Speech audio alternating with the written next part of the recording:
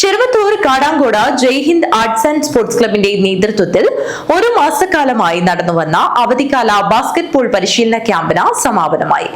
Nellikkal English medium school ഓഡിറ്റോറിയത്തിൽ നടന്ന സമാപന ചടങ്ങ് സന്ദീപ് വാര്യർ MLA ഉദ്ഘാടനം ചെയ്തു. ബാസ്കറ്റ്ബോളിൽ ദേശീയ ശ്രദ്ധ പിടിച്ചുപറ്റിയ കാടാങ്കോട് ഗ്രാമത്തിലെ 4 മുതൽ 17 വയസ്സുവരെയുള്ള 60-ൽ പരം കുട്ടികളാണ് ജയ്ഹിന്ദ് ആർട്സ് ആൻഡ് സ്പോർട്സ് ക്ലബിന്റെ നേതൃത്വത്തിൽ സംഘടിപ്പിച്ച ബാസ്കറ്റ്ബോളിൽ ശാസ്ത്രീയ പരിശീലനം നേടിയത്. നെല്ലിക്കാൽ ഇംഗ്ലീഷ് മീഡിയം സ്കൂൾ ഓഡിറ്റോറിയത്തിൽ നടന്ന സമാപന ചടങ്ങ് സന്ദീപ് വാര്യർ MLA ഉദ്ഘാടനം ചെയ്തു.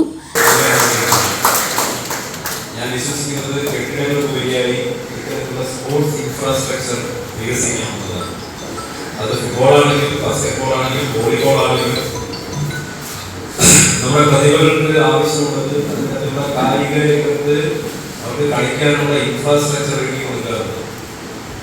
ഞാൻ ബഹുമാനപ്പെട്ട യുവജനേഷൻ സ്പോർട്സ് ക്ഷേമ മന്ത്രി ചെറുപ്പക്കാരനാണ് ജനീഷ്, യൂത്ത് കോൺഗ്രസിന്റെ സംസ്ഥാന പ്രസിഡന്റ് ആണ്.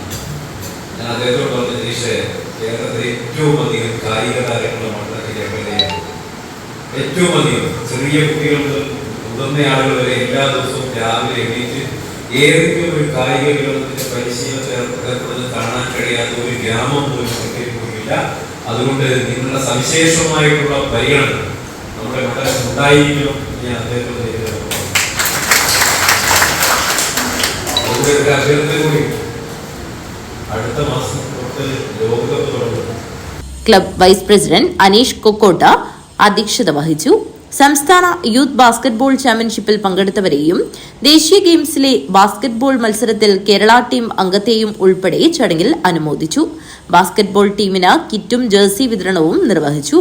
കളി പരിശീലകരായ ബാബുരാജ് മുട്ടത്ത്, TK വിനോദ്, M നിതീഷ് എന്നിവരെയും കേരള പുറക്കളി അക്കാദമി ഗുരുപൂജ അവാർഡ് ജേതാവ് മൂത്തൽ കണ്ണനെയും MLA ആദരിച്ചു.